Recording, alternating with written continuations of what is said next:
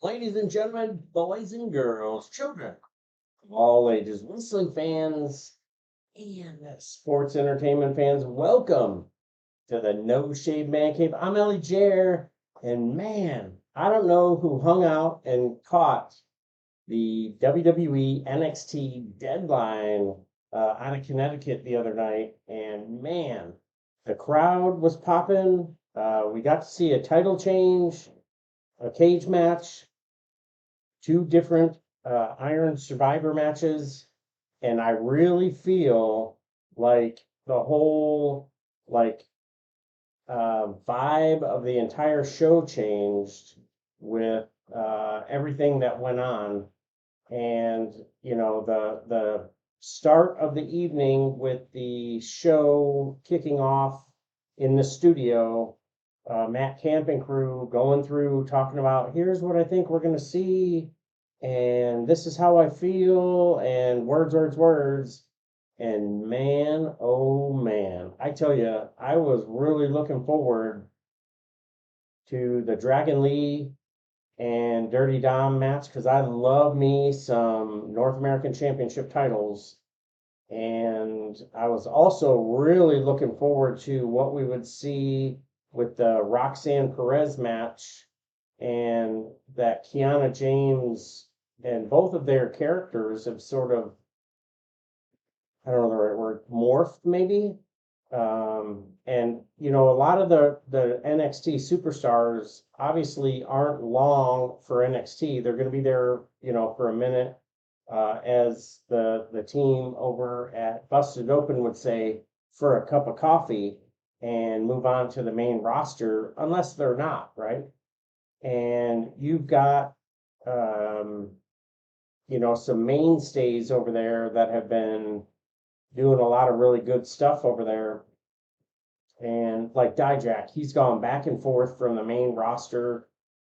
Some of those matches with him and Lee going round and round, a couple of big guys. And it wasn't even like, the guys over at What Culture saying, this is going to be some, man meat slapping.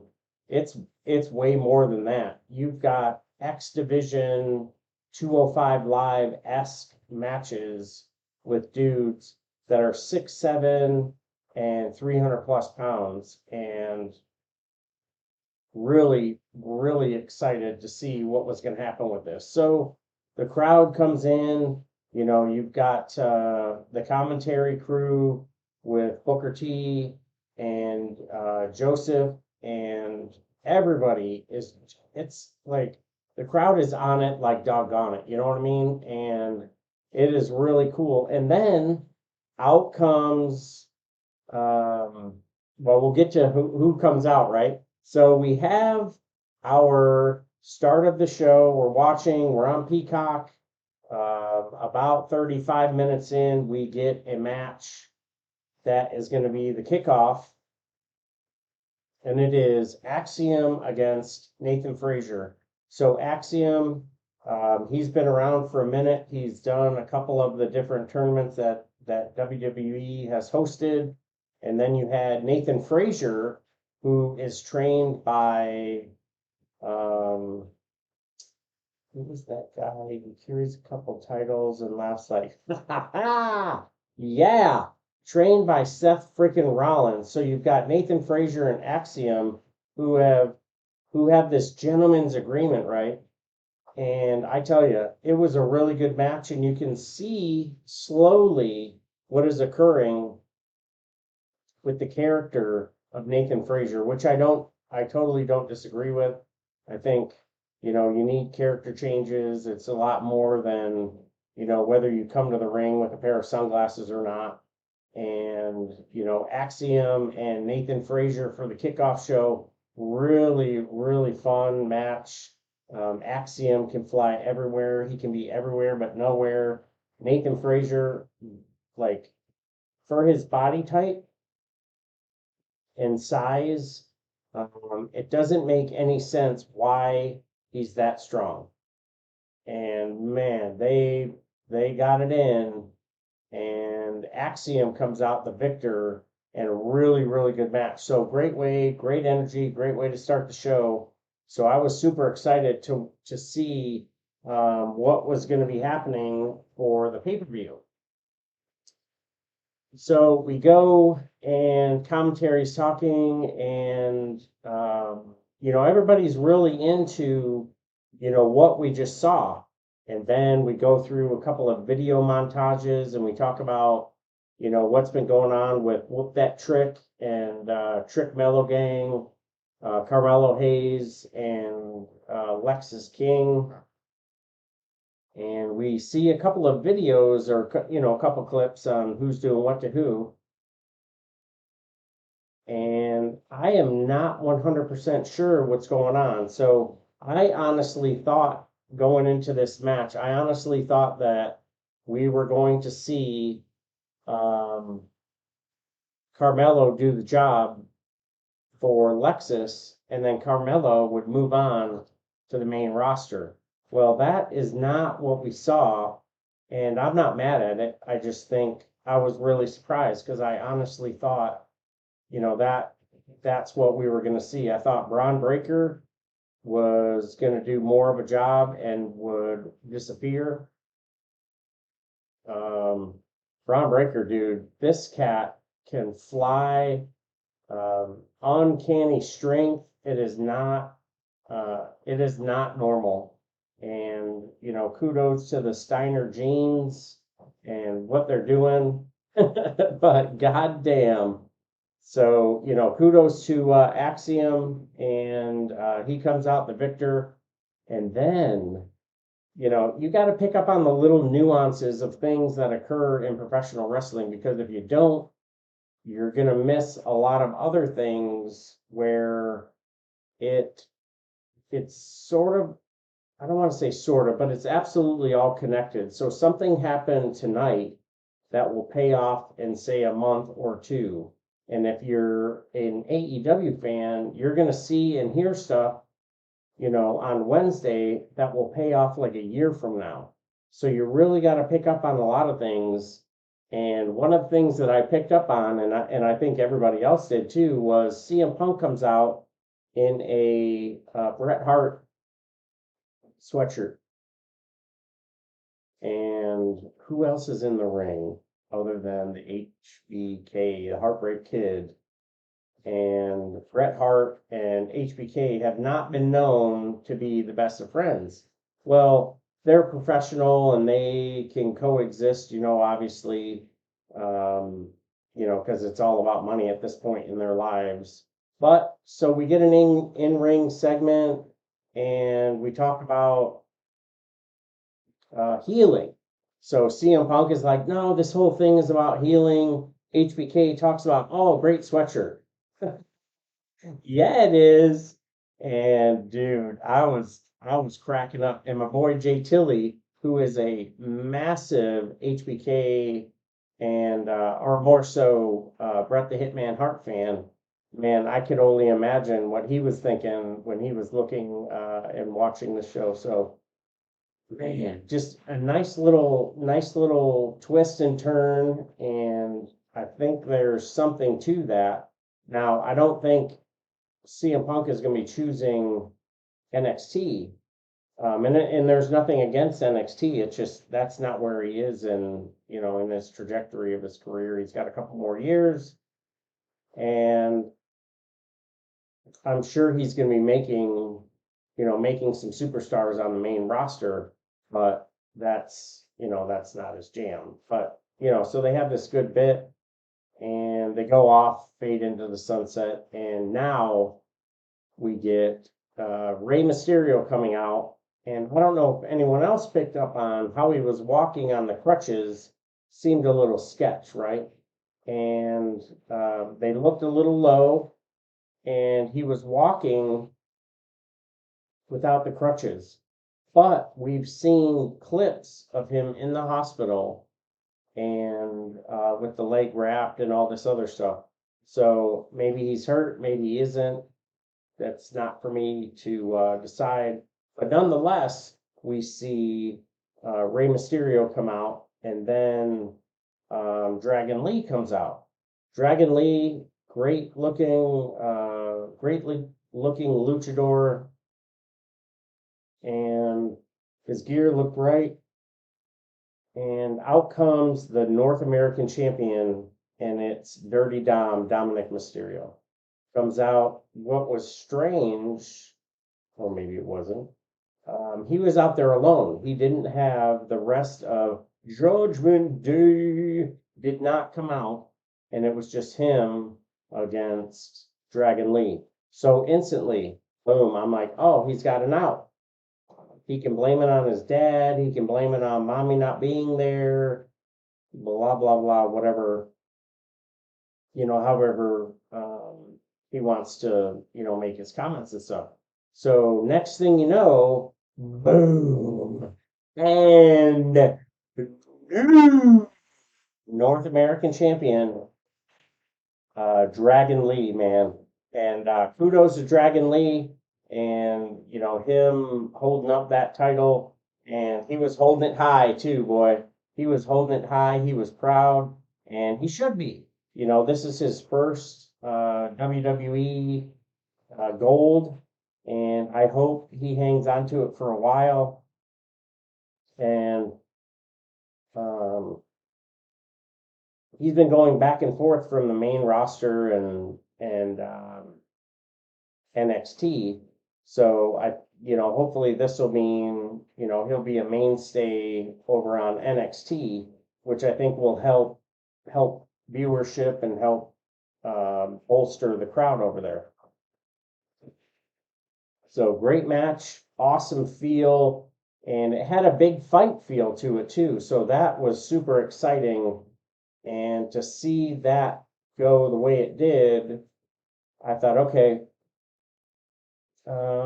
me as a fan, I'm probably in NXT and WWE, you're probably not going to see multiple title changes.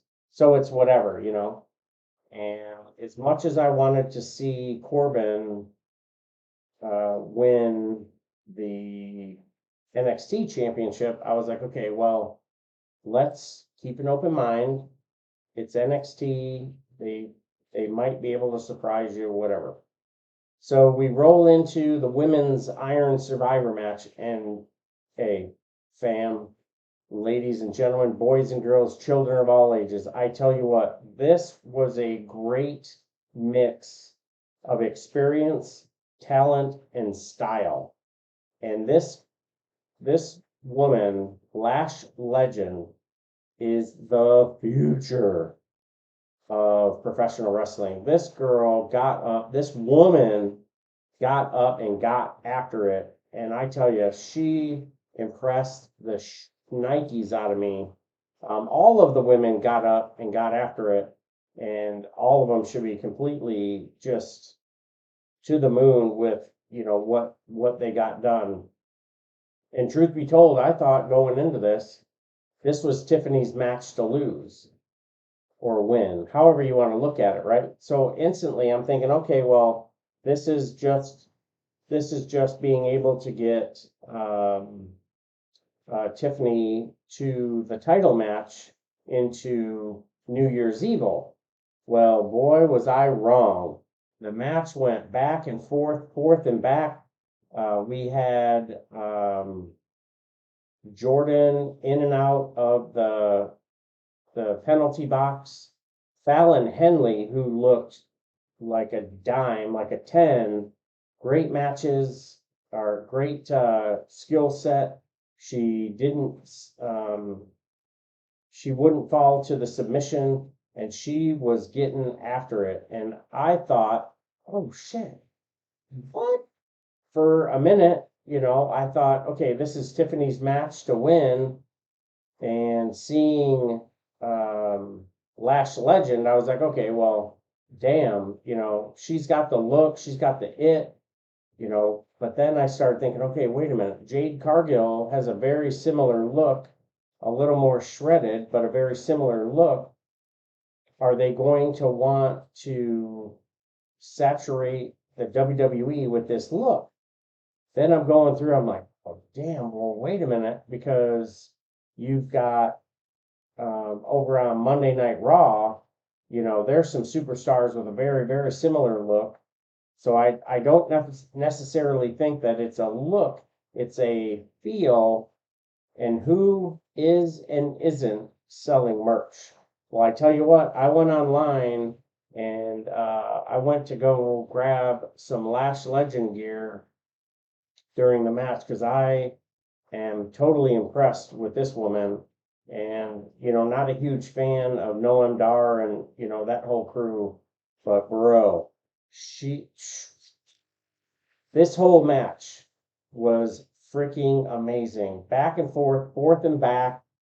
We had a couple of our superstars that were stuck in the penalty box when Noam Dar and that whole crew came out.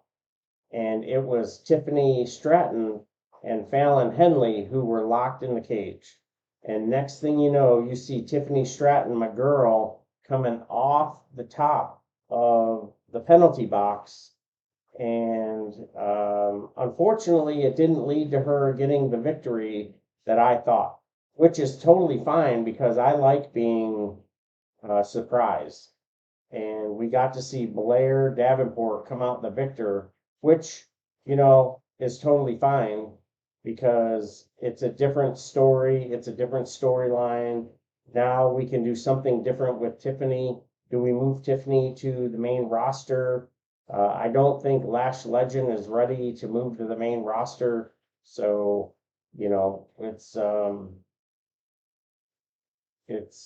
don't want to say it's whatever, but it's whatever. So boom, next thing we see is Vicaria on the top of the ramp looking over, and now, okay, we know who's going to go at it for the women's championship in NXT. And boom, out comes Cora Jade. Now, Cora Jade has embraced that bad girl, sort of like some of the other women over on AEW. Sky has sort of embraced that dark side, and man, yeah, I can't even make a sentence. Next thing you see, Cora Jade holding the NXT championship, and that was a lot of fun. I was feeling it. I was like, wait a minute, this is going to be something. So, for a while, I've been thinking Cora Jade is going to get called up, and maybe now that is not the case because now she can be in a really good storyline with Vicaria. But hey, we'll see how that whole thing goes. Great piece of business with her, and CM Punk, who had a moment backstage, and really, really touching. And this is a lot more than what I'm used to seeing with CM Punk, because I thought CM Punk would come in and he would just kind of he would sort of gravitate with a couple of tag teams and another singles wrestler that he may or may not have crossed paths with, or maybe he would try and do some good business with, younger talent, whatever. But it was really cool to see him and Cora Jade, and kudos to CM Punk. So far, so good. And granted, it's only been a couple of weeks, but he showed up. He did a really, really nice piece of work for the NXT fans. Everybody was chanting him up, and it was really, really good. And then we roll into the Carmelo Hayes and Lexus match. Now, Lexus is none other than Brian Pillman Jr. And this whole storyline has been built around, is Lexus part of some kind of underlying thing that Carmelo Hayes is involved with and trying to undermine what Trick is up to. Now, I am not sure, but I am here for it. So if this is going to be a twist and turn, I'm super excited for it because both Carmelo and Trick, they've got the look, they've got the skill set. Lexus is a second generation wrestler, was doing some good things over at AEW, not great And based on his lineage, I think he can be great, you know what I mean? So super excited to see what was going to happen. They have a match with Carmelo Hayes and Lexus, and Carmelo Hayes comes out the victor. And like I said before, I honestly thought that Lexus would come out the victor, and solely because um, we were going to move Carmelo to the main roster. Well, I keep getting swerved by my own thoughts, right? So Braun Breaker still down in NXT, Carmelo Hayes still down at NXT, and Cora Jade still down at NXT. I think all three of these superstars are ready for the main roster. But me as a fan don't necessarily get as much of a vote as, what we would want. But nonetheless, great piece of business. Carmelo Hayes comes out the victor, and it's I don't know what the outcome of this match is going to do for the storyline, because it doesn't feel like it was a piece of business or a means to an end. It was just like a match to have a match, right? So, hey, it's I don't know. It's one of those things. The match happened, words, words, words, boom, bada bing. So we move into the next match. Well, I thought the next match would be the it would go from the women's match to I thought the match layout would be a little bit different, right? So you go from the kickoff, you have Axiom and Nathan Frazier. Then you have then you have the NXT North American Championship. Then you have Carmelo Hayes. I thought the Carmelo Hayes match would open it, but hey, you know what? However the match comes together, however the card comes together, it's the way it's supposed to happen. And the crowd was into it. And man, this Iron Survivor match for these dudes, whoa, bro, freaking awesome. Braun Breaker got a lot of his stuff in. Josh Briggs, this dude is the future. And I didn't realize how big this cat was. And him and Dijak obviously a little bit taller, but Briggs, he was getting it in. Really great work. Nice skill set, big boots, big heavy hits, big moves. And man, totally surprised. Whoop that trick, comes out the victor. I honestly thought that we would probably see Braun Breaker take the final pin, and it would be Josh Briggs, only because like it just seemed right? But Trick Williams comes out the victor, much deserved. I think this cat has got the look, and this could be the final chapter in the Trick Mello gang and lead to a match in some sort of form or fashion, and Carmelo Hayes finally comes up to the main roster.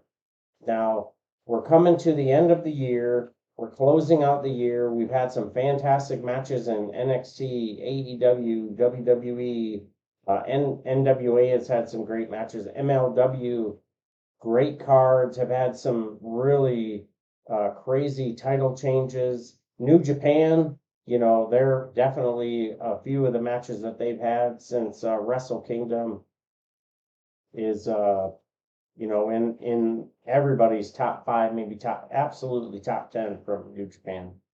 And everything that's going on this card, you could probably say that this Iron Survival match for the men could make it into somebody's top five. Maybe I'm just being excited because I just watched it and everything that was going on was fantastic. And to see Trick Mello come out the victor, very, very cool. Looking forward to what is going to happen on Tuesday night when him and Carmelo come together. Carmelo is going to be touting how he beat Lexus and Trick Mello, Trick Mello gang. They'll be back together. Hey, we're both victors, blah, blah, blah. And, you know, this is going to play out the way it's going to play out. Well, this next match, this cage match with Roxanne Perez going into the cage against Kiana James. Now, Kiana James and Roxanne Perez have been with NXT the same amount of time. Kiana James, a great look, very, very athletic, great gear, awesome character work, has been part of a tag team a couple of times. And this whole faction with Briggs and, you know, all of them, she's been this entrepreneur and blah, blah, blah. And she was a tag team champion. And now she goes into the ring against the former NXT Women's Champion, the prodigy, Roxanne Perez. Now, I'm not going to lie to you. I wanted Kiana James to win, but I thought that Roxanne Perez was just going to roll through and whip her down. Now, with that being said, Roxanne Perez takes the L. And what recently happened on Friday Night SmackDown? Charlotte got hurt. Now, I'm not saying Roxanne Perez can go in and take the place of Charlotte Flair, but we need women and men on both rosters. This would be a pretty logical, you know, this would make a little bit of sense. So we'll see what happens with that. Nonetheless, congratulations to Kiana James. Great match. Again, great skill set and very, very heavy hitting and very deserving of where they were in the card to be the second to last match. You know, just shy of being the main event. This would have been a great match to open up the card and really put the crowd on notice, like, hey, just as always, NXT is going to come out and they're going to show out. Well, bro, this Corbin versus Dragunov match, I thought, you know what? Baron Corbin is going to be your new NXT champion. And bro, was I wrong. The winner of the match and still your NXT champion, Dragunov. Now, I don't know. This is another one of those matches that maybe not for all of professional wrestling, but for the WWE, certainly for NXT, this could be the match of the year because it had everything. And now it plays into Carmelo wants his championship back. Trick just won.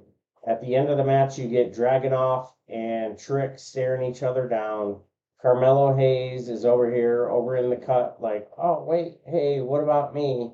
And now we wait because we've got New Year's Evil coming up around the corner. And man, this could feed into the rest of 2024. So Dragunov could or could not win. Trick could or could not win. Carmelo Hayes comes out the victor. But now what is he going to do? Is he going to be the sidekick for Trick? I don't know. So super jacked. Can't wait. Great job to the entire production team, the crew, and the crowd at the Total Mortgage Arena in Bridgeport, Connecticut. And just a fantastic card.